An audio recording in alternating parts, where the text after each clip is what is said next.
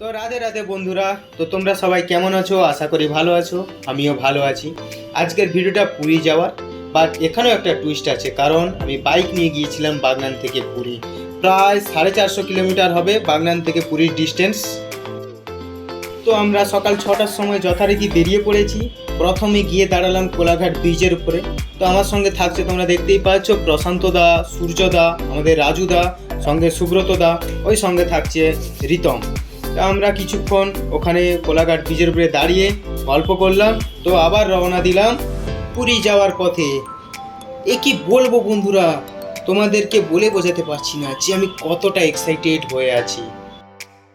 এই প্রথমবার আমি বাইক নিয়ে লং ট্যুরে যাচ্ছি। তো তোমরা দেখতে পাচ্ছ পেছনে আমাদের সূর্যদা এবং সুব্রতদা বাইক নিয়ে আসছে।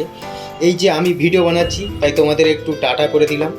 তো যথারীতি বাগনান থেকে পুরীর ডিস্টেন্স 450 কিলোমিটার, আমরা প্রায় 200 কিলোমিটার অতিক্রম করে এসেছি। বাইক নিয়ে যাওয়ার সেই যে আনন্দ, কি বলবো তোমাদের বন্ধুরা, বলে বোঝাতে পারছি না। তো বন্ধুরা, তোমরাও কোনোদিন সুযোগ পেলে বেরিয়ে পড়ো। সারাদিন রাত তো কাজের মধ্যেই কেটে যায়, এর মাঝে ছুটি পেলে তোমরাও বেরিও এই রকম এক্সাইটমেন্ট ভরা লং ট্যুরেতে।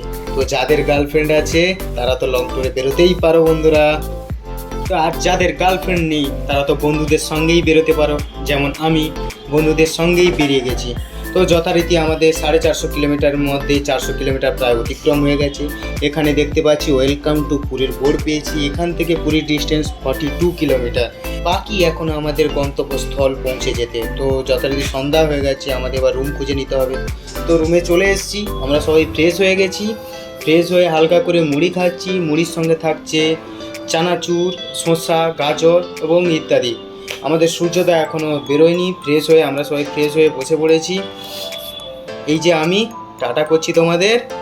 তো খেতে খেতে কালকে আমরা যে বেরোবো তার প্ল্যানিংটা সেরে নিলাম। চলো আমরা রাতের খাবারের জন্য ব্যবস্থা করি। রাতের খাওয়ার ব্যবস্থা হয়ে গেছে। তো রাতের খাবারে থাকছে রুটি সঙ্গে মাংস। তো আমাদের হোটেলে রান্না বান্না করা যায় না, তো বাইরের হোটেল থেকে খাবার আনাতে হচ্ছে। আমার খাওয়া হয়ে গেছে যথারীতি। তো দাদারা খাচ্ছে, এখন জম্পেস করে খাচ্ছে রুটি মাংস। তো আজকের জন্য এইটুকু, বাকিটা কালকে তোমাদের সঙ্গে দেখা হচ্ছে। গুড নাইট, টাটা বন্ধুরা, গুড মর্নিং। এখন চলে এসেছি বিচের ধারে। তো আজকে লোকজন প্রচুর হয়েছে। তো চলো তোমাদের বিচটা ঘুরে দেখাই। আজকে যেন সমুদ্রের ঢেউটা তোলপাড় করা ঢেউ দিচ্ছে, খুব মজা লাগছে, খুব আনন্দ লাগছে। প্রথমে এসেই দেখতে পাচ্ছি এই তোলপাড় করা ঢেউ। এই যে সেই ঢেউ আসছে, কত ওপর পর্যন্ত জল আসছে, এই এলো এলো পায়ের কাছ পর্যন্ত এসেই আবার ফিরে চলে গেল। এই এত যে তোলপাড় করা ঢেউ, আজকে সমুদ্র যেন মেতে উঠেছে এই ঢেউয়ে। তবুও এই ঢেউয়ের মাঝে বসে সবাই কত আনন্দ করছে। এই কেউ বা তৈরি করছে এই বালি দিয়ে মন্দির, আবার কেউ বা বালি তুলেই তার মধ্যে বসে আছে। তবুও ঠিক তখনই ঢেউ এসে সেই বালি আবার ভরাট করে দিচ্ছে। তবু এই ঢেউয়ের মধ্যে কত আনন্দ করছে সবাই, কি বলবো বন্ধুরা, এত আনন্দ লাগছে, এত আনন্দ লাগছে। তবুও বিচের ওপরে দেখি সবাই ভিডিও শ্যুট করছে, কেউ কেউ বা ফটো তুলছে, কেউ বা এমনি ওপরেই বিচের ওপরেই বসে আছে। কেউ কেউ বা দেখতে পাচ্ছি ওখানে বসে হালকা করে টিফিন খাচ্ছে এবং বিচের মজা নিচ্ছে। কেউ বা এই যে কাকা দেখতে পাচ্ছি মাথায় হাত দিয়েই ঢেউয়ের মজা নিচ্ছে।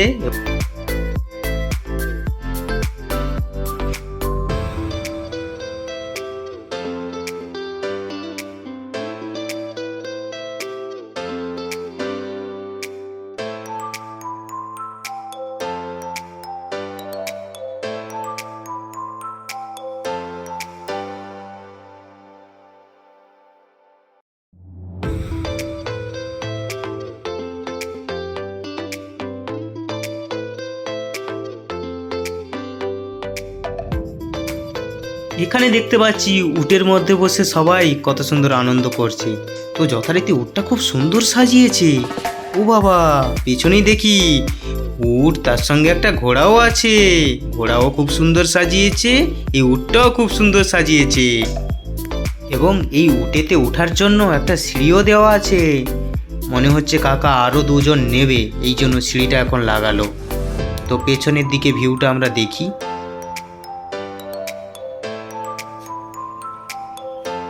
ও ওই যে রিতম আসছে ক্যামেরা নিয়ে, ও একটা ডিএসএলআর এনেছে, ওতেই ও শ্যুট করছে এবং ফটো তুলছে। সমুদ্র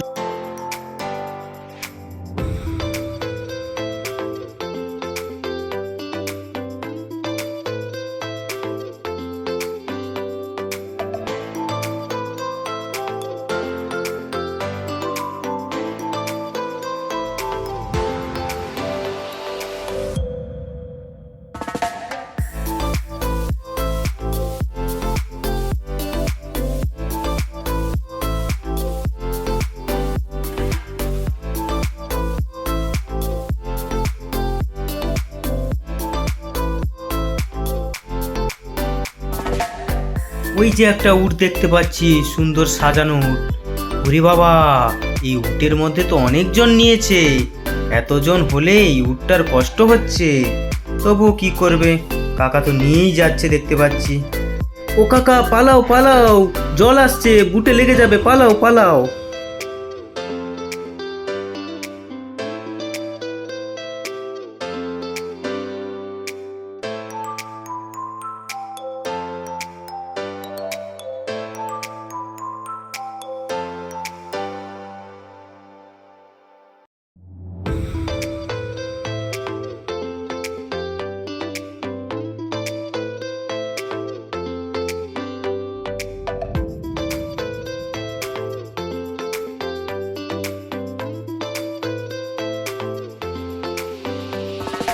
এই যে আমি দেখতে পাচ্ছি আমাদের ক্যামেরাম্যান, ও নিয়ে এগিয়ে যাচ্ছে সমুদ্রের দিকে, সমুদ্রের ঢেউ রেকর্ড করার জন্য। ওই যে দেখতে পাচ্ছ, ক্যামেরা নিয়ে এগিয়েই যাচ্ছে সমুদ্রের দিকে।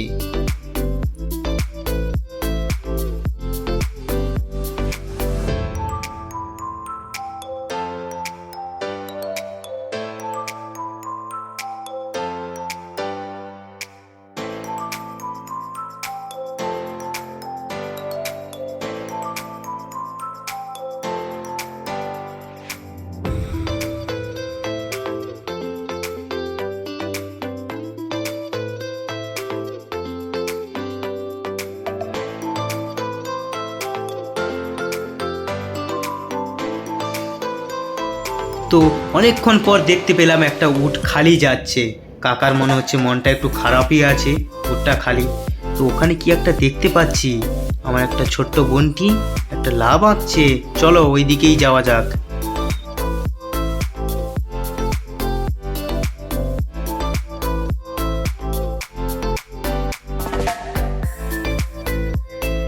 তো যথারীতি এর মধ্যে তার নামই লেখা আছে, তো নামটা বোঝা যাচ্ছে না, নাম লেখা আছে। হায় হায় হায় হায় হায় হায়, বালিতে ধুয়ে গেল। তো এটা দেখে একটা গানের কথা মনে পড়লো, ওই যে আমাদের সেই পুরনো দিনের গান, বালিতে তোমার নাম লিখে দেবো, জলে ধুয়ে যাবে, জলে ধুয়ে যাবে।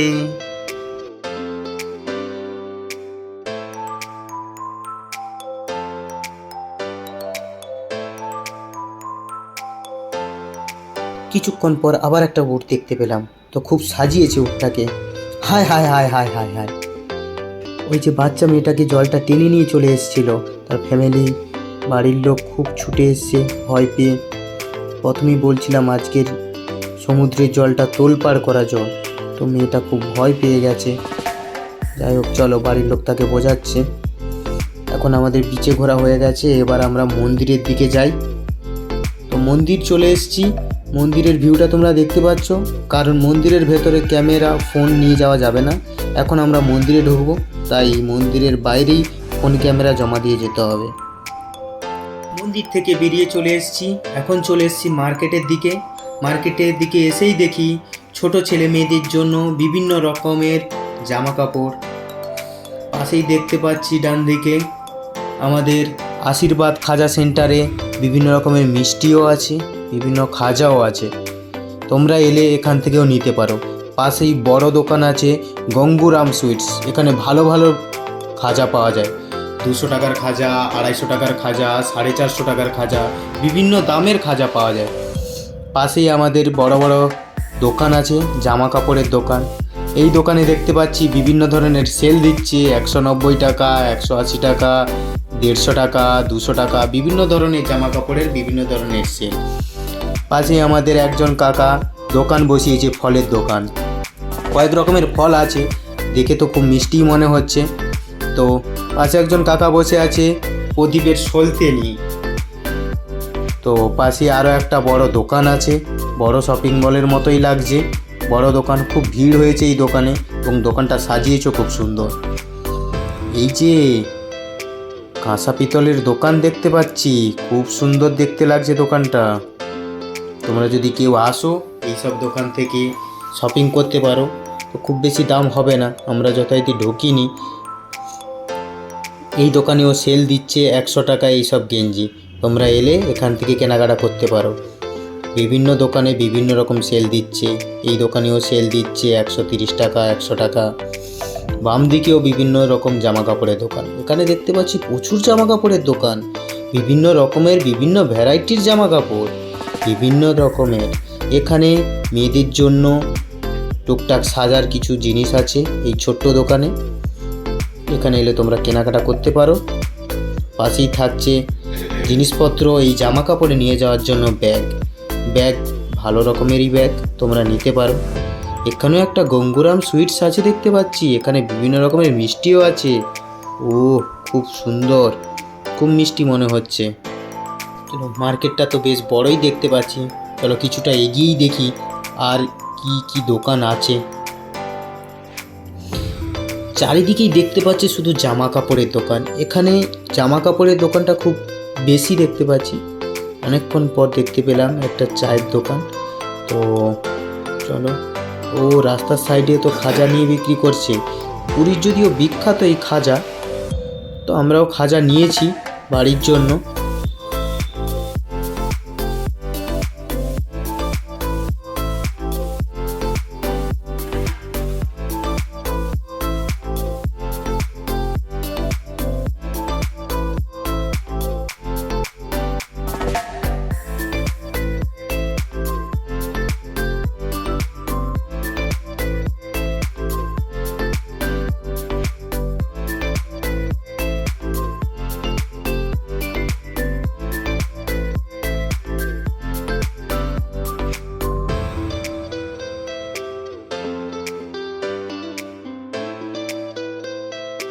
তো কথা বলতে বলতে মনে হচ্ছে আমরা রুমের পাশেই চলে এসেছি। এই যে সামনে সূর্যটাকে দেখতে পাচ্ছি।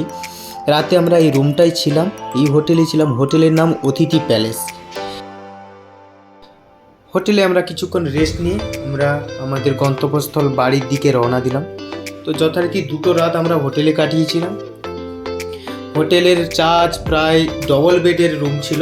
একটা রুমে প্রায় 2 দিনে আমাদের 3000 টাকা পড়েছে। আমরা 6 জন ছিলাম একটা রুমে। আমরা এখন বাড়ির দিকে রওনা দিয়ে দিয়েছি। ফেরার পথে আমাদের পাহাড় ভ্রমণও হয়ে গেল, কারণ ফেরার পথে দেখতে পেলাম পাহাড়। তো বন্ধুরা, আমার ভিডিওটা যদি ভালো লেগে থাকে তো লাইক করে দিও, শেয়ার করো এবং সাবস্ক্রাইব করতে ভুলো না। থ্যাংক ইউ বন্ধুরা আমার ভিডিওটা দেখার জন্য।